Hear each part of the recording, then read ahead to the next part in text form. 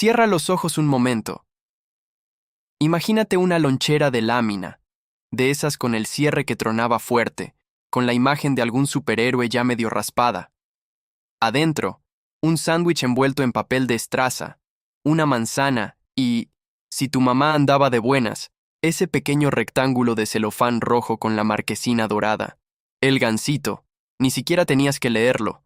Lo reconocías por el peso, por el crujido del empaque, por ese olor dulce que se escapaba antes de abrirlo. Para millones de niños mexicanos de los años 60, hasta bien entrados los 90, el Gansito Marinela no era un pastelito. Era la prueba de que alguien en casa te quería. Hay una panadería en la colonia Santa María la Ribera que todavía huele igual que antes. Pan dulce a las 6 de la tarde, canela, piloncillo. Pero en los 70, esa misma cuadra tenía también una pequeña tienda de abarrotes donde don Rogelio ponía los gansitos en una charola de plástico junto a la caja registradora, a 2 pesos con 50 cada uno. A esa hora llegaban los niños con el uniforme todavía puesto, con las mochilas arrastrando, y la negociación era la misma de siempre. Mamá, déjate lo descuento de la feria de mañana. Don Rogelio conocía a cada familia de memoria, sabía quién podía pagar y quién no, sabía quién le iba a devolver el peso que le faltaba y quién ya nomás no. El gansito costaba lo que costaba, pero valía bastante más. El pastelito en su momento de gloria era una ingeniería de placer perfectamente calculada. La base de bizcocho esponjoso, húmedo, con ese sabor a vainilla artificial que a nadie le importaba que fuera artificial. Encima, una capa de crema que no era mantequilla ni merengue, sino algo propio, algo que solo existía ahí. Y luego la cobertura de chocolate, firme pero que cedía al primer mordisco sin romperse.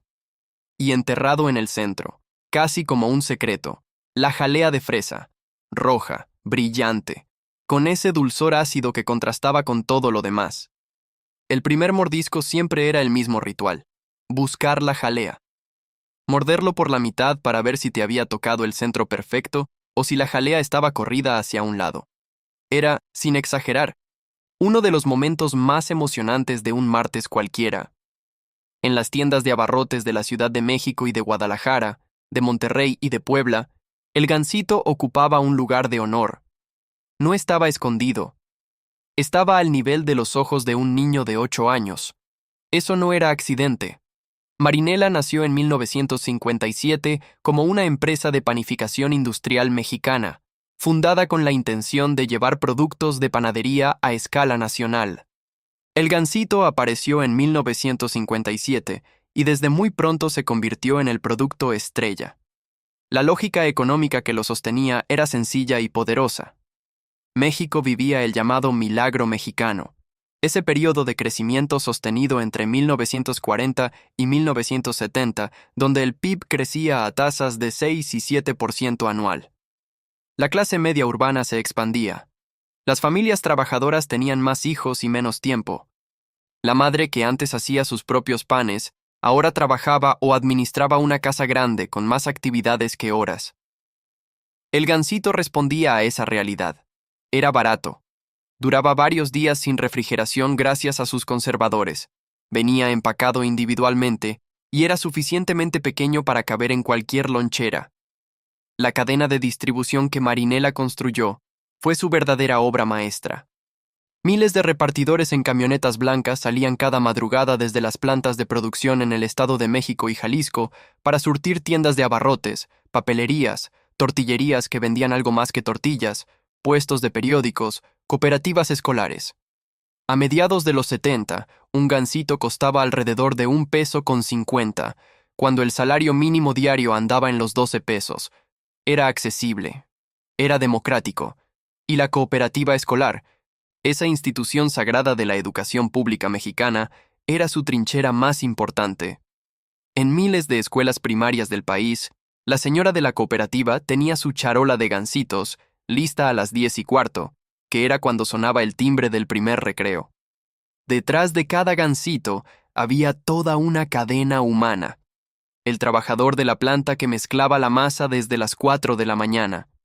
El repartidor que conocía cada tienda de su ruta como si fueran familiares. El tendero que los acomodaba cada tercer día. la señora de la cooperativa que los contaba uno por uno al hacer la caja. Era un ecosistema completo, y en México funcionaba porque el México de los 60 y 70 era todavía un país de barrio, de vecindad, de tianguis, de relaciones cara a cara donde la confianza valía más que el contrato. La grieta empezó a abrirse en 1979, aunque casi nadie la vio en ese momento. Ese año, el grupo empresarial estadounidense ITT Continental Baking intentó entrar al mercado mexicano con sus Hostess Twinkies. No lo logró de inmediato, pero el movimiento puso en alerta a las grandes corporaciones de alimentos procesados de que México era un mercado en crecimiento. Marinela, que hasta entonces había operado con cierta tranquilidad dentro de un mercado bastante protegido por las políticas económicas del PRI, comenzó a sentir que las reglas del juego estaban por cambiar. El cambio real vino con el TLC. Cuando el Tratado de Libre Comercio entró en vigor el 1 de enero de 1994, el mercado mexicano de alimentos procesados se abrió de golpe a competidores internacionales con cadenas de suministro más eficientes, presupuestos de marketing millonarios y una capacidad de negociación con las grandes cadenas de supermercados que Marinela simplemente no podía igualar. Walmart llegó a México con fuerza. Chedraui creció. La tienda de abarrotes de Don Rogelio, que compraba sus gansitos a precio de distribuidor y se los vendía a los niños del barrio, empezó a perder terreno frente a la sección de pastelería industrial del súper de la esquina. La gente no lo notó de inmediato. Los gansitos seguían ahí. Pero ya no eran los únicos. La gente en ese momento lo vivió como progreso. Más opciones, más variedad, precios más bajos. Nadie lloraba por los pastelitos cuando el súper ofrecía 6 tipos diferentes de snack dulce importado a menor precio. Lo que siguió fue lento, como lo son casi todas las desapariciones que duelen de verdad. En 1995, Marinela fue adquirida por Bimbo, el gigante panadero mexicano que ya controlaba buena parte del mercado de pan de caja. La integración fue gradual. Las plantas se modernizaron. La distribución se centralizó. Los repartidores de las camionetas blancas que conocían a Don Rogelio por su nombre fueron siendo reemplazados por logística centralizada y contratos con cadenas nacionales. El ecosistema humano que había sostenido al Gansito durante 40 años empezó a deshacerse hilo por hilo. A finales de los 90, el Gansito seguía en los estantes, pero algo había cambiado en su receta.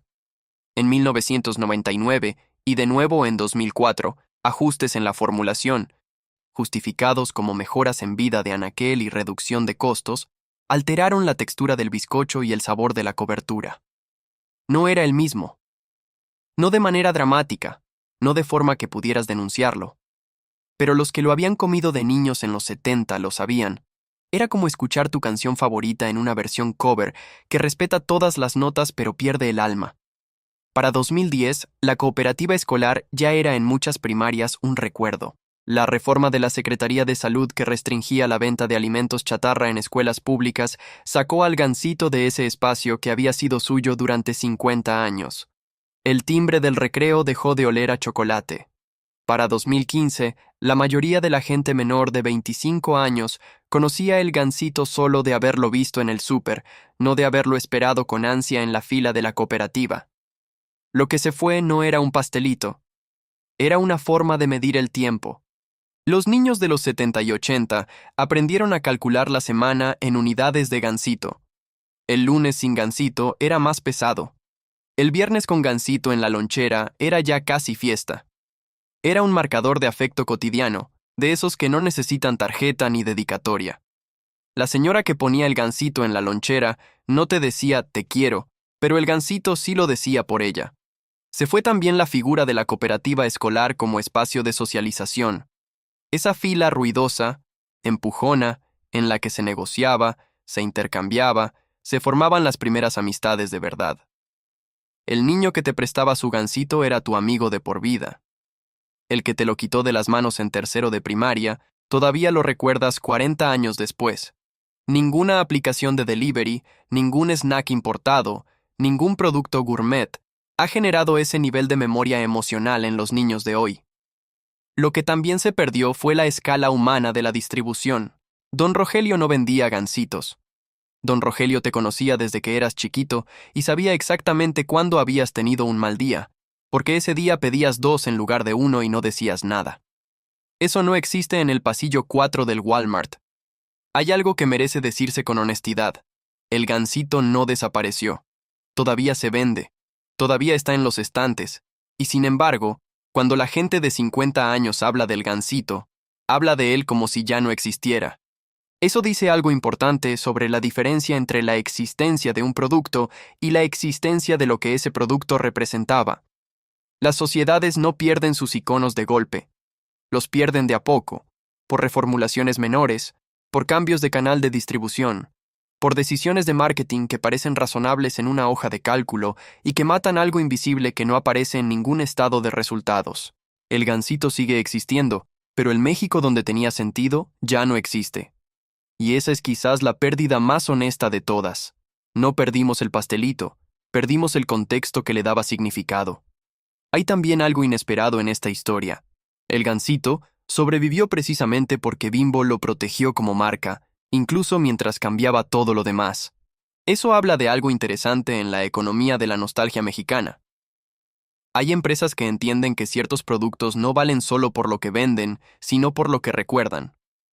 El Gansito hoy es, en parte, un producto y en parte un museo. Y esa doble existencia es extrañamente melancólica.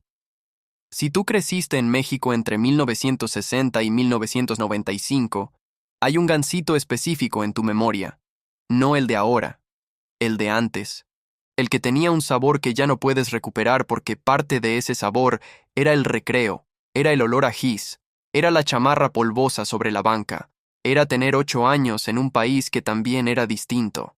Cuéntanos en los comentarios, ¿en qué escuela comprabas tu Gansito? ¿Cuánto costaba el tuyo? ¿Había alguien que siempre te lo quitaba o alguien que siempre te lo compartía? Esas historias son las que hacen que este canal tenga sentido. Si este video te llevó de regreso a algún recreo que creías olvidado, dale like y suscríbete a El México que se fue, porque aquí cada semana recuperamos un pedazo de ese país que no está en los libros de historia, pero sí está en tu memoria. El Gansito sigue en las tiendas, pero el que tú recuerdas solo existe en ti.